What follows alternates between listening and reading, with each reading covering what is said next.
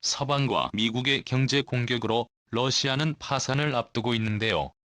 믿었던 중국과도 배신했기에 러시아는 궁지에 몰렸습니다. 국리 끝에 러시아는 과감한 해결책을 생각했는데요. 바로 한국에게 러시아 땅을 판매한다는 계획입니다. 러시아 연해주주 지사가 긴급하게 한국을 방문 한국이 러시아 땅을 구입하길 원한다고 제안할 정도인데요. 빠른 거래를 위해 러시아 재무장관까지 한국 땅을 밟았다고 하죠. 대체 어떻게 된 일인지 지금부터 자세하게 설명해 드리겠습니다. 러시아 주식시장의 명복을 빈다. 뚜껑을 열고 탄산수를 벌컥 들이켜는 러시아인은 방송 중 러시아 시장의 종말을 예언했습니다. 방송 진행자는 어이없는 표정을 지으며 황급히 방송을 중단시켰는데요. 탄산수를 마신 러시아인은 러시아 경제 전문가 알렉산더 구트마노프였습니다. 그는 러시아 매체 RBC 뉴스 생방송에서 갑자기 탄산수를 마시는 행동을 보이며 러시아 경제의 사망을 선언했는데요. 황급히 방송은 중단되었지만 영상은 큰 화제를 불러일으켰습니다. 실제로 그의 예언대로 러시아 경제는 파탄 상태이기 때문인데요. 미국과 서유럽의 본격적인 경제 제재가 시작되면서 러시아 경제는 끝을 모르는 추락을 거듭하고 있습니다. 이번 제재는 정부만이 아니라 민간기업 차원에서도 동참하는 모습을 보였는데요. 그 중에서도 가장 영향력 있는 애플과 구글이 제재에 동참하면서 사태는 걷잡을 수 없게 바뀌었습니다. 애플은 우크라이나 제재에 동참하겠다는 뜻을 밝히며 자사 결제 서비스인 애플페이를 러시아에서 서비스하지 않겠다고 선언. 애플 지도상에서 현지 교통 상황과 실시간 사건을 알려주는 기능까지도 차단하겠다고 밝혔습니다. 이 조치가 실행되자 러시아 시내는 아비규환이었는데요. 러시아 국민들 대다수가 사용하는 애플페이가 막히면서 실물 통화인 루블화를 찾는 이들이 폭주했다고 합니다. 하지만 은행 기능이 마비된 상태라 루블화를 찾는 것은 불가능에 가까웠죠. 더군다나 교통 상황을 알려주는 기능까지 마비되면서 모스크바 지하철역에 러시아 시민들이 몰려가는 기현상이 벌어졌습니다. 교통 시스템이 한국처럼 잘 갖춰지지 않은 러시아는 애플 시스템 의존도가 높았는데 이번 제재로 대혼란이 빠지게 되었죠. 이뿐 아니라 구글은 구글 뉴스에서 러시아 관용 언론 및 러시아 소식을 전달하는 언론 매체들의 리스트에서 삭제. 이들이 전하는 가짜 정보를 차단하는 강수를 두었습니다. 유튜브도 칠러 성향 매체나 유튜브 채널 광고 수익을 막으면서 유튜브를 통해 간접적으로 이득을 보는 행위를 견제했습니다. 결국 러시아는 경제 제재 때문에 손발이 완전 묶이게 되었죠. 러시아를 지탱하던 에너지 관련 기업들의 가치도 폭락했습니다. 증권 투자 업계에 따르면 영국 증시의 주식 내탁 증서로 때 러시아 기업 주가가 크게 폭락하며 종이값보다 더 못한 가격으로 추락했습니다. 러시아에서 가장 큰 천연가스 재벌 기업 가스프롬은 올해 고점 대비 937.6%가 떨어져 시중 거래가 58센트의 장을 마감했습니다. 순식간에 고평가받던 주식이 1달러도 안 되는 가격이 되었습니다.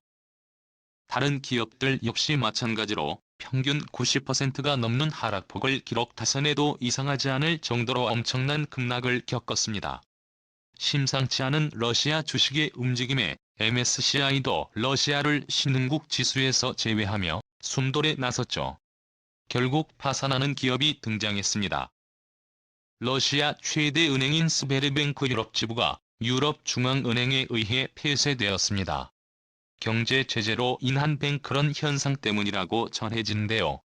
러시아 경제가 파탄을 맞이하자 예금을 둔 고객들이 일제히 이 은행으로 달려가 예금을 찾으려고 했는데요.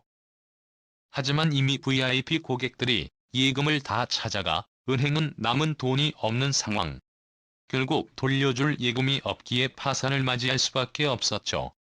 이런 상황 속에서 러시아가 믿는 곳은 중국이었는데요. 중러 밀월 관계라고 표현할 정도로 미국에 맞서 이들 국가는 경제는 물론이고 군사적 교류를 이어가는 모습을 보였습니다.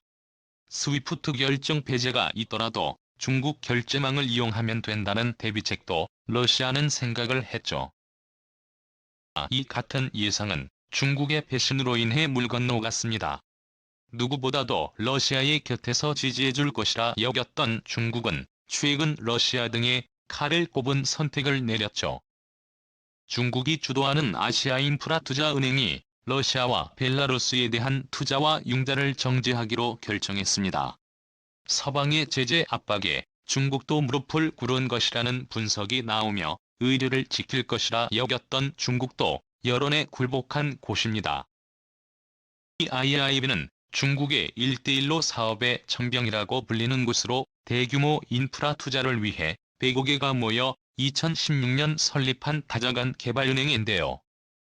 중국이 30%를 출자한 은행이라 중국투자은행으로 분류되는 곳입니다. 기존에는 러시아를 향해 무제한 파트너십을 약속하며 러시아의 참여를 이끌어냈던 AIIB였지만 러시아가 막상 참여와 지원을 요청하자 매섭게 이를 쳐내며 모라새로 돌변한 것이죠. 심지어 중국은 러시아 국경 근처에 군사를 배치해 그동안 러시아와 영토 분쟁을 벌인 곳들 앞에서 무력 시위를 전개 중입니다. 우크라이나 문제만으로도 골머리를 앓던 푸틴에게 치명타를 가한 것이죠. 중국의 배신에 푸틴 대통령은 엄청난 분노에 휩싸였다고 합니다. 이제까지 일련의 상황을 지켜보고 있던 세계 3대 신용평가사는 중국도 러시아를 지원하지 않기로 결정하면서 일제히 신용등급 하향 조정에 들어갔습니다. 이들은 러시아를 투기 등급으로 바꾸며 러시아를 위험하게 바라봤죠. 신용평가사 무디스와 피치는 러시아 신용등급을 투기 등급으로 바꾸며 기존 단계에서 무려 6단계나 낮추는 모습을 보였습니다. 스탠다드 앤드 푸어스 역시 러시아 투자를 자제하라는 평가를 내리며 러시아로부터 자금을 얼른 회수하라고 투자자들에게 권했습니다. 신용등급이 6단계는 얻어진 것은 1997년 국제통화기금 구제금융 당시 한국이 겪었던 사례 이후로 처음인데요. 다시 말해 러시아가 부도 날 가능성이 높다는 의미입니다. 1958년 이래로 위태로웠던 러시아 경제가 또 한 번 파탄날 수 있다는 소리죠. 이에 러시아는 충격적인 선언을 합니다. 스위프트에 퇴출당한 이후 계속된 고립에 고통받던 러시아는 돈을 계속해서 찍어내겠다는 선언을 하기에 이릅니다. 러시아 중앙은행은 동시다발적인 제재로 루블화 가치가 떨어지자 중앙은행은 부채 한도를 제거하고 무제한 양저관화를 결정했죠. 가치가 떨어지는 만큼 돈을 더 찍겠다는 생각입니다. 이는 아프리카 국가인 짐바브웨에서 저질렀던 일과 똑같은데요. 과거 경제 파탄 상태에서 짐바브웨는 가치 하락을 막기 위해 돈을 더 찍어내기로 했죠. 결국 이 결정으로 초인플레이션을 맞게 되었죠. 돈은 휴지 조각보다 더 못한 처지가 되었고 국민들은 자국 화폐를 버리고 달러나 금 혹은 물물 거래에 넣었으며 원시 시대로 회귀하는 모습을 보였죠. 러시아는 잘못된 길을 선택하기로 결정했고 이에 많은 경제 전문가들은 러시아가 눈 덮인 짐바브웨로 전락했다는 평가를 내렸습니다.